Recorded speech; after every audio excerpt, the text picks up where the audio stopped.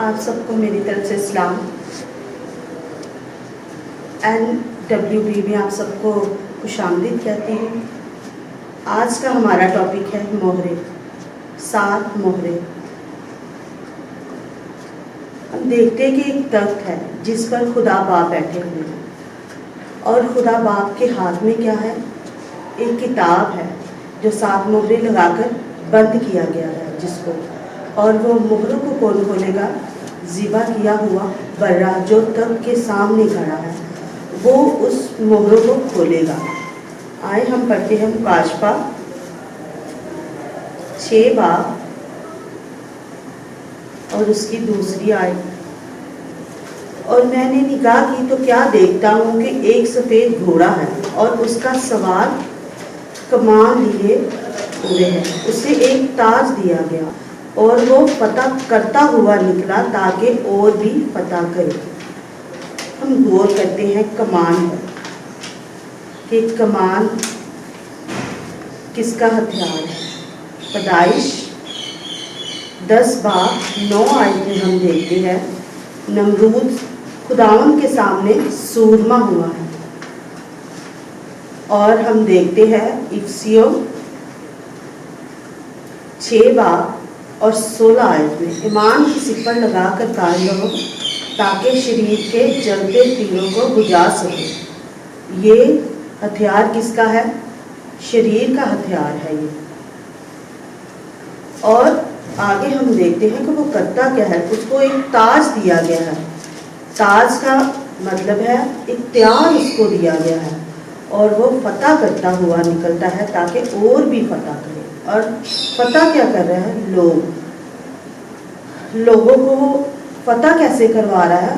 مار مار کے. وہ سمجھ رہا ہے کہ میری جیت ہو رہی ہے. شیطان ادھر سمجھ رہا ہے کہ میری جیت ہو رہی ہے، جبکہ یہ لوگوں کو مارا تو وہ اس بڑی مصیبت سے نکل کر آسمان کی طرف جا رہے ہیں.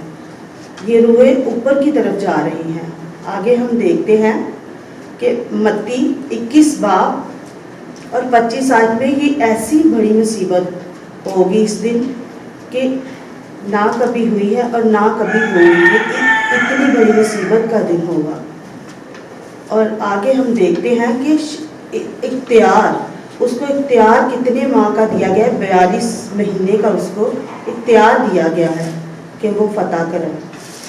اور اگلی مہر میں ہم دیکھتے ہیں اور جب اس نے دوسری مہر کھولی تو میں نے دوسرے جاندار کو یہ کہتے سنا کہ پھر ایک اور گھوڑا نکلا جس کا رنگ لال تھا، اور اس کے سوار کو یہ اختیار دیا گیا کہ زمین پر سے صلہ اٹھا لے تاکہ لوگ ایک دوسرے کو قتل کرے، اور بڑی تلوار دی گئی.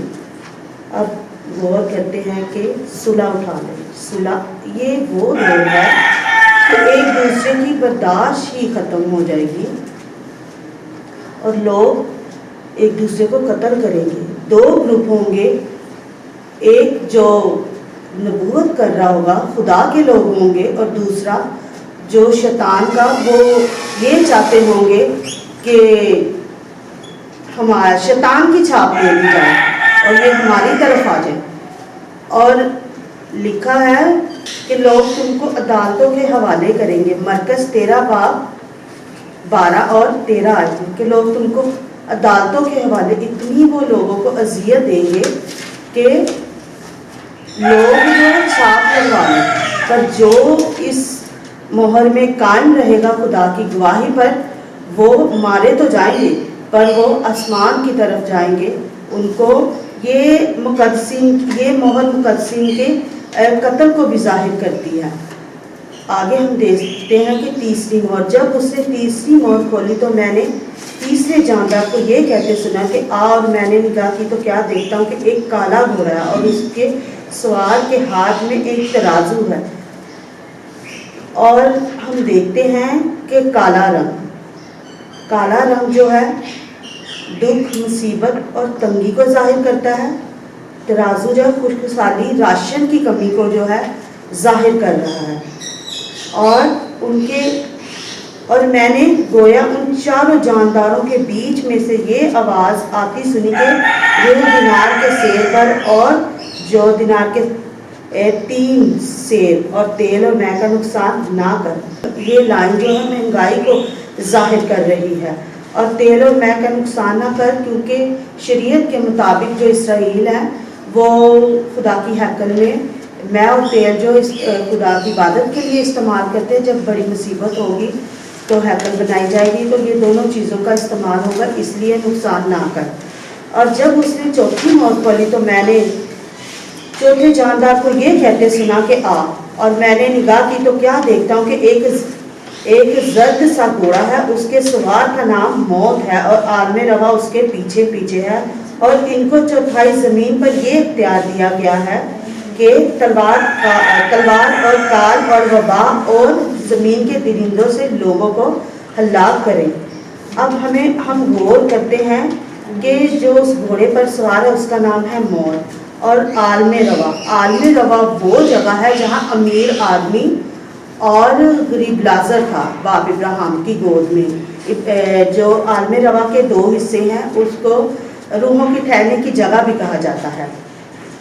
आगे हम देखते हैं कि ये जो मसाइब का दौर है या मुगलों का दौर जो चल रहा है, ये नबूवत का दौर भी है। पहले 3.5 साल की बात हो रही है कि इसमें काल और वबा, जब एलिया और मूसा इसमें नबूवत कर रहे हैं, जब पहले भी वो ज़मीन पर थे तो उनके दौर में जो एलिया ने नबूवत की 3.5 साल जो है आसमान बंद किया गया और बारिश ना हुई। इधर भी ऐसा ही होगा कि बारिश ना होने की वजह से फसलें सब ख़त्म हो जाएंगी, खाना पीना सब ख़त्म हो जाएगा और काल होगा और वबा होगी, जो भूख इतनी बढ़ जाएगी और भूख की वजह से जो निज़ाम इंतज़ाम है वो जो है ख़राब होगा और वबा फैलेगी।